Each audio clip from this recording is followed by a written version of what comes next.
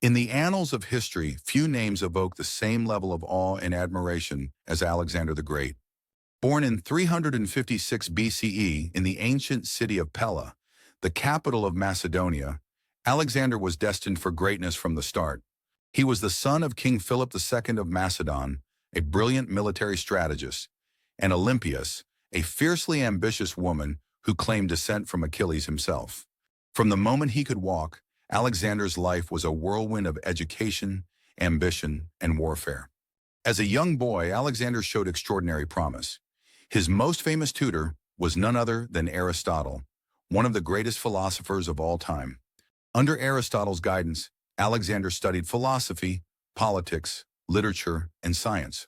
But Aristotle didn't just educate his mind, he also planted the seeds of an idea that would define Alexander's legacy.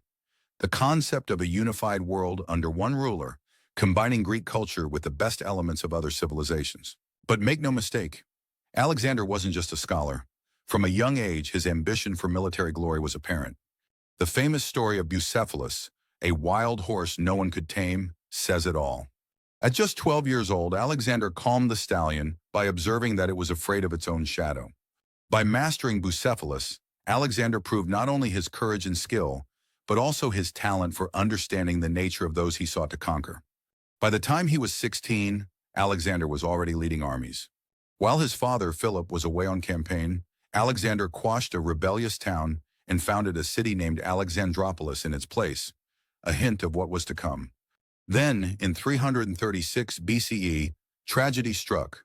Philip was assassinated under mysterious circumstances, and Alexander, just 20 years old, ascended to the Macedonian throne. Now, most 20-year-olds might have struggled to fill their father's shoes, but not Alexander. Philip had spent years building a strong and disciplined army, and Alexander inherited it at the perfect moment. He wasted no time securing his rule, crushing internal uprisings and asserting Macedonian dominance over the Greek city-states. Thebes, one of those city-states, dared to test him and paid the ultimate price. Alexander razed the city to the ground, sparing only its temples and the house of the poet Pindar. It was a brutal but effective message. Alexander was not to be trifled with. With Greece firmly under his control, Alexander turned his gaze eastward, to Persia, the most powerful empire in the known world. Persia had long been a rival of Greece, and Alexander framed his campaign as revenge for previous Persian invasions. But it was more than that. To Alexander, conquering Persia wasn't just about settling old scores, it was about fulfilling his dream of global domination. He envisioned a world united under his rule, a fusion of cultures and peoples, an empire that stretched beyond the boundaries of the known world. In 334 BCE, Alexander crossed the Hellespont into Asia Minor with an army of around 40,000 men. His first major battle was at the Granicus River, where he scored a decisive victory over the Persian forces. From there, he marched south, liberating Greek cities under Persian control and establishing himself as a liberator and leader. In 333 BCE, Alexander faced his greatest test yet, the Battle of Issus. Darius III, the Persian king, personally led an army vastly larger than Alexander's. But Alexander's strategic brilliance shone through. Using the terrain to his advantage and employing a clever flanking maneuver, Alexander routed the Persian forces. And forced Darius to flee. Among the spoils of victory were Darius's family, whom Alexander treated with remarkable respect, further enhancing his legend. After Issus, Alexander turned his attention to the eastern Mediterranean. He conquered the island fortress of Tyre after a brutal 7-month siege, and secured Egypt without a fight, where he was hailed as a liberator and even declared a pharaoh. It was in Egypt that Alexander founded the city of Alexandria, which would go on to become a center of learning and culture for centuries. But Alexander wasn't done with Persia. In 331 BCE, he met Darius again at the Battle of Gaugamela, a vast plain where Darius had hoped his superior numbers would give him the advantage. Once again, Alexander's genius proved unstoppable. Through a combination of tactical brilliance and sheer determination, he achieved a resounding victory.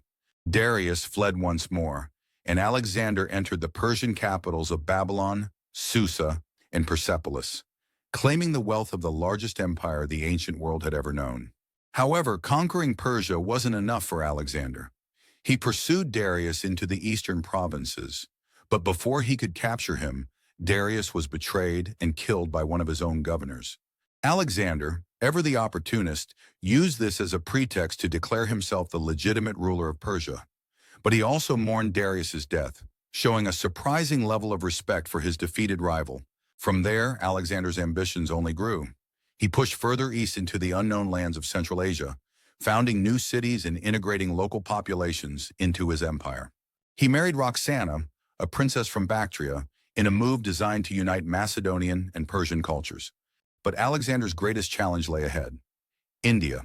In 327 BCE, Alexander crossed into the Indian subcontinent, where he faced unfamiliar terrain and fierce resistance.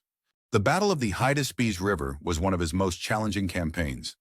King Porus, the local ruler, brought war elephants into the fight, giant, intimidating beasts that Macedonian soldiers had never encountered before. But Alexander, as always, adapted. His forces outmaneuvered the elephants and won the battle, and Alexander impressed even Porus by treating him as an ally rather than a conquered enemy. But by this point, Alexander's men had had enough. They had followed him across thousands of miles and through countless battles, and they yearned to return home. In 326 BCE, after reaching the edges of the known world, Alexander reluctantly agreed to turn back. The return journey was brutal. Crossing the Gedrosian Desert, Alexander lost a significant portion of his army to the harsh conditions. But he eventually made it back to Babylon, where he began planning his next conquests, perhaps Arabia or even Rome. But Alexander would never get the chance. In 323 BCE, at just 32 years old, he fell ill and died under mysterious circumstances. Whether it was fever, poisoning, or something else entirely, Alexander's death remains a subject of debate to this day. What Alexander left behind was nothing short of extraordinary. In just 12 years, he had created one of the largest empires in history, stretching from Greece to India. But his true legacy was not just the lands he conquered, it was the blending of cultures he inspired. Greek, Persian, Egyptian, and Indian traditions intermingled in a phenomenon known as Hellenization, shaping the course of history for centuries. Yet for all his achievements, Alexander remains an enigma.